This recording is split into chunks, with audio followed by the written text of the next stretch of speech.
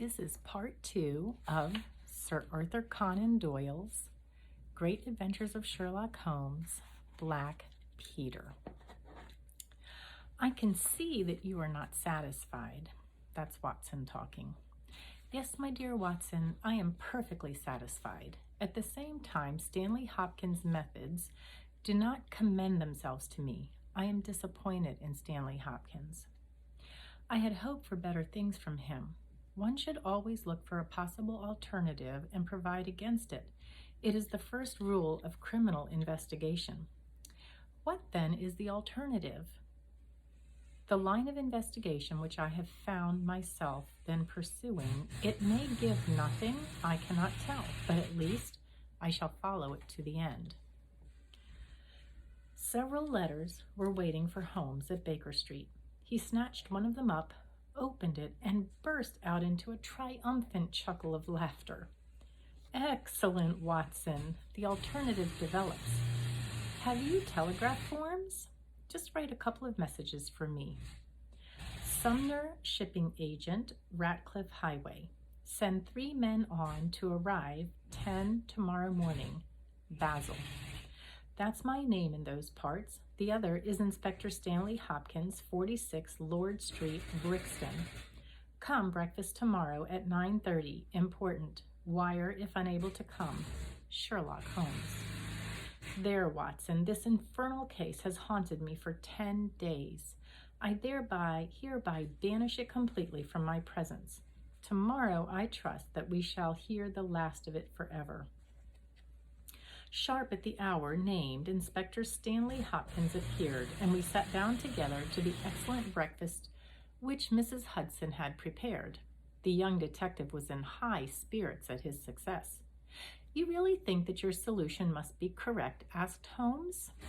I could not imagine a more complete case. It did not seem to me conclusive.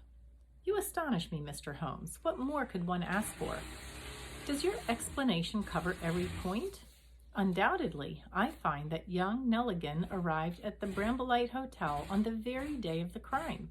He came on the pretense of playing golf. His room was on the ground floor, and he could get out when he liked. That very night he went down to Woodman's Lee, saw Peter Carey at the hut, quarreled with him, and killed him with a harpoon. Then, horrified by what he had done, he fled out of the hut, dropping the notebook which he had brought with him in order to question Peter Carey about these different securities. You may have observed that some of them were marked with ticks, and the others, the great majority, were not. Those which are ticked have been traced on the London market, but the others presumably were still in the possession of Carey, and young Nelligan, according to his own account, was anxious to recover them in order to do the right thing by his father's creditors. After his flight, he did not dare to approach the hut again for some time, but at last he forced himself to do so in order to obtain the information which he needed. Surely that is all simple and obvious? Holmes smiled and shook his head. It seems to me to have only one drawback, Hopkins, and that is that it is intrinsically impossible. Have you tried to drive a harpoon through a body? No. Tut, tut, my dear sir. You must really pay attention to these details. My friend Watson could tell you that I spent a whole morning in that exercise. It is no easy matter and requires a strong and practiced arm. But this blow was delivered with such violence that the head of the weapon sank deep into the wall. Do you imagine that this anemic youth was capable of so frightful an assault? Is he the man who hobnobbed in rum and water with Black Peter in the dead of the night? Was it his profile that was seen on the blind 2 nights before? No, no, Hopkins. It is another and more formidable person for whom we must seek. The detective's face had grown longer and longer during Holmes' speech.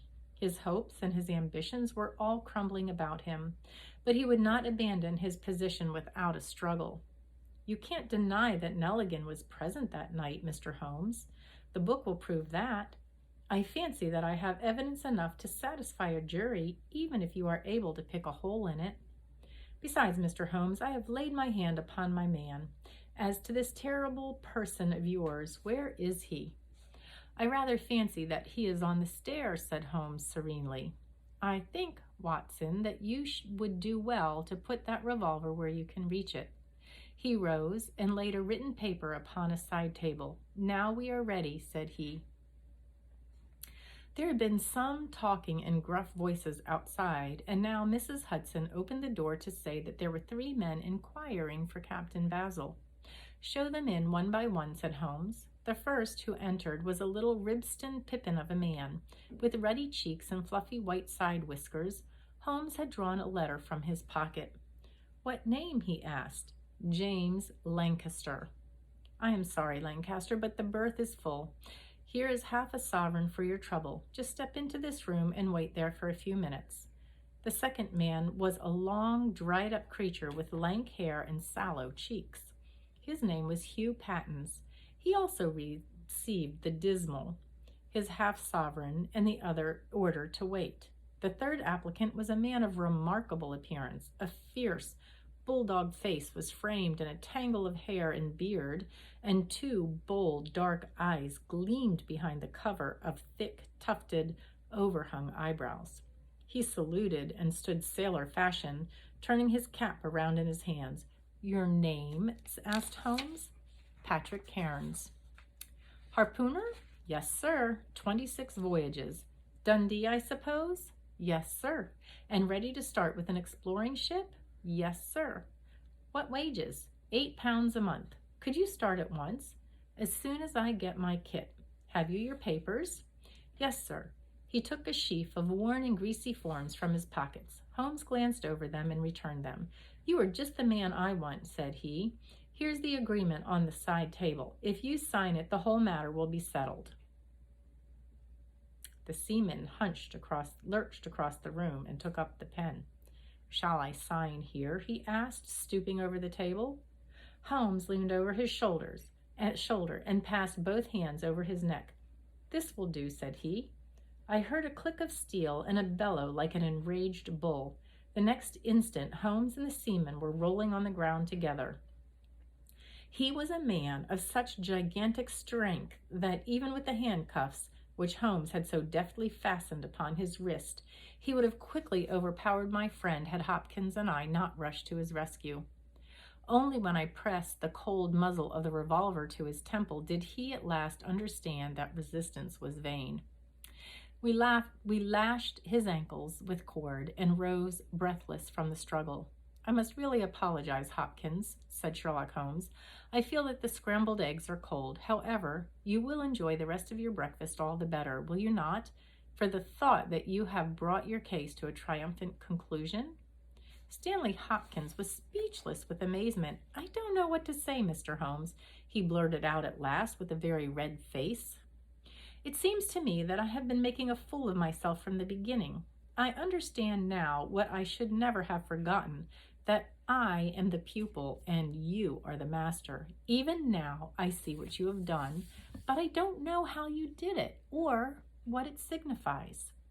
Well, well, said Holmes good-humoredly, we all learn by experience, and your lesson this time is that you should never lose sight of the alternative. You were so absorbed in young Nelligan that you could not spare a thought to Patrick Cairns, the true murderer of Peter Carey. The hoarse voice of the seaman broke into our conversation. See here, mister, said he, I make no complaint of being manhandled in this fashion, but I would have you call things by their right names. You say I murdered Pete Carey. I say I killed Pete Carey, and there's all the difference. Maybe you don't believe what I say. Maybe you think I'm just slinging you a yarn. Not at all, said Holmes. Let us hear what you have to say. It's been told, and by the Lord, every word of it is truth. I knew Peter Black Peter, and when he pulled out his knife, I whipped a harpoon through him sharp, for I knew it was him or me. That's how he died. You can call it murder. Anyhow, I'd as soon died with a rope round my neck as with Black Peter's knife in my heart. How came you there? Asked Holmes. I'll tell it you from the beginning. Just sit me up a little so I can speak easy. It was in '83 that it happened, August of that year. Peter Carey was master of the Sea Unicorn, and I was spare harpooner. We're coming out of the ice pack on our way home with headwinds and a weak southerly gale when we picked up a little craft that had been blown north. There was one man on her, a landsman. The crew had thought she would founder and made for the Norwegian coast in dignity, in the dinghy. I guess they were all drowned. Well, we took him on board, this man, and he said the skipper had some long talks in the cabin. All the baggage we took off him was in one tin box. So far as I know, the man's name was never mentioned, and on the second night he disappeared as if he had never been. It was given out that he had either thrown himself overboard or fallen overboard in the heavy weather that we were having. Only one man knew what happened to him, and that was me, for with my own eyes I saw the skipper tip up his heels and put him over the rail in the middle watch of a dark night, 2 days before we sighted the Shetland lights. Well, I kept my knowledge to myself and waited to see what would come of it. When we got back to Scotland, it was easily hushed up and nobody asked any questions. A stranger died by an accident, and it was nobody's business to inquire. Shortly after Peter Carey gave up the sea, and it was long years before I could find where he was, I guessed that he had done the deed for the sake of what was in the tin box, and that he could afford now to pay me well for keeping my mouth shut. I found out where he was through a sailor man that had met him in London, and down I went to squeeze him. The first night he was reasonable enough and was ready to give me what would make me free of the sea for life. We were to fix it all 2 nights later. When I came, I found him 3 parts drunk and in a vile temper. We sat down and we drank and we yarned about old times, but the more he drank, the less I liked the look on his face. I spotted that harpoon upon the wall, and I thought I might need it before I was through. Then at last he broke out at me, spitting and cursing, with murder in his eyes and a great clasp knife in his hand. He had not time to get it from the sheath before I had harpooned through him. Heavens, what a yell he gave, and his face gets between me and my sleep. I stood there with his blood splashing round me, and I waited for a bit, but all was quiet, so I took heart once more. I looked around, and there was the tin box on a shelf. I had as much right to it as Peter Carey, anyhow, so I took it with me and left the hut. Like a fool, I left my baccy pouch upon the table. Baccy pouch, that's the tobacco pouch. Now, I'll tell you the queerest part of the whole story. I had hardly got outside the hut when I heard someone coming, and I hid among the bushes. A man came slinking along, went into the hut, gave a cry as if he had seen a ghost, and legged it as hard as he could run until he was out of sight. Who he was or what he wanted is more than I can tell. For my part, I walked 10 miles, got a train at Turnbridge Wells, and so reached London, and no one the wiser. Well, when I came to examine the box, I found that there was no money in it and nothing but papers that I would not dare to sell. I had lost my hold on Black Peter and was stranded in London without a shilling. There was only my trade left. I saw these advertisements about harpooners and high wages, so I went to the shipping agents, and they sent me here. That's all I know, and I say again that if I killed Black Peter, the law should give me thanks, for I saved them the price of a hempen rope. A very clear statement, said Holmes, rising and lighting his pipe. I think, Hopkins, that you should lose no time in conveying your prisoner to a place of safety. This room is not well adapted for a cell, and Mr. Patrick Cairns occupies too large of a portion of our carpet. Mr. Holmes, said Hopkins, I do not know how to express my gratitude. Even now, I do not understand how you attained this result. Simply by having the good fortune to get the right clue from the beginning. It is very possible that if I had known about this notebook, it might have led away my thoughts, as it did yours. But all I heard pointed in one direction: the amazing strength, the skill in the use of the harpoon, the rum and water, and the sealskin tobacco pouch with the coarse tobacco. All these pointed to a seaman and one who had been a whaler. I was convinced that the initials P.C. upon the pouch were a coincidence and not those of Peter Carey, since he seldom smoked and no pipe was found in his cabin. You remember that I asked whether whiskey and brandy were in the cabin? You said they were. How many landsmen are there who would drink rum when they could get these other spirits? Yes, I was certain it was a seaman. And how did you find him? My dear sir, the problem had become a very simple one. If I were a seaman, it could only be a seaman who had been with him on a sea unicorn. So far as I could learn, he had sailed in no other ship. I spent 3 days in wiring to Dundee, and at the end of that time, I had ascertained the names of the crew of the Sea Unicorn in 1883. When I found Patrick Cairns among the harpooners, my research was nearing its end. I argued that the man was probably in London, and that he would desire to leave the country for a time. I therefore spent some days in the East End, devised an Arctic expedition, put forward tempting terms for harpooners who would serve under Captain Basil, and behold the result. Wonderful, cried Hopkins, wonderful. You must obtain the release of young Nelligan as soon as possible, said Holmes. I confess that I think you owe him some apology. The tin box must be returned to him, but of course the securities which Peter Carey had sold are lost forever. There's the cab, Hopkins, and you can remove your man. If you want me for the trial, my address and that of Watson will be somewhere in Norway. I'll send you particulars later.